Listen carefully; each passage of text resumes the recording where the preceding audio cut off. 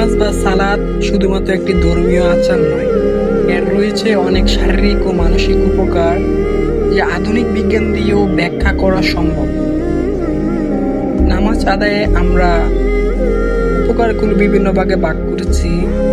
১. স্নায়ুতন্ত্র শান্তি ও মানসিক চাপ হ্রাস।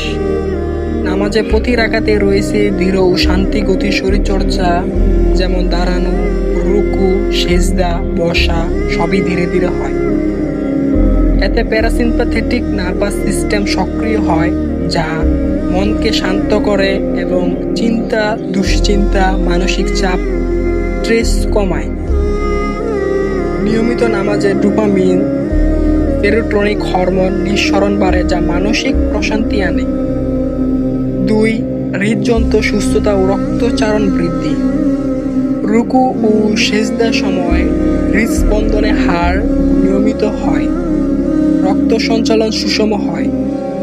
বিশেষ করে সেজদার সময় মাথা নিচু করে মাটিতে রাখার ফলে মস্তিষ্কে রক্ত প্রবাহ বাড়ে, যা ব্রেনের কর্মক্ষমতা বাড়াতে সাহায্য করে। নামাজের সময় নিয়মিত উঠা বসা ও নাড়াচাড়া কার্ডিও এক্সারসাইজের মতো কাজ করে। ৩. জয়েন্ট ও পেশির ব্যায়াম। রুকু, সেজদা ও দাঁড়িয়ে থাকা এইসব অঙ্গভঙ্গি শরীরের বিভিন্ন মাংসপেশি ও জয়েন্টে সক্রিয় রাখে।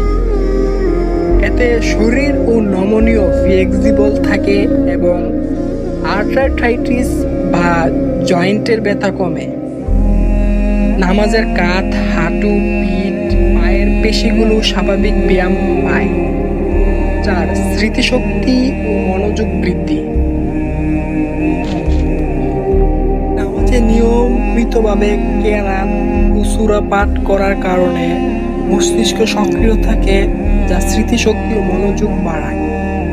প্রতিদিন নিয়মিত সময় একাগ্র হয়ে নামাজ পড়ার অভ্যাস ফোকাস বাড়ায়, যা পড়াশোনা বা কাজেও কাজে লাগে। ৫. শরীরের ভঙ্গি ভারসাম্য।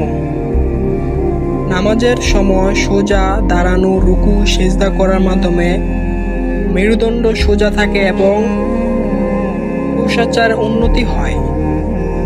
এটি পিঠ ও কোমরে ব্যথা প্রতিরোধে সাহায্য করে। ৬. ডায়াবেটিস ও হরমোন নিয়ন্ত্রণ। নামাজে ব্যায়ামের মতো গতি ইনসুলিন সংবেদনশীলতা বাড়ায়।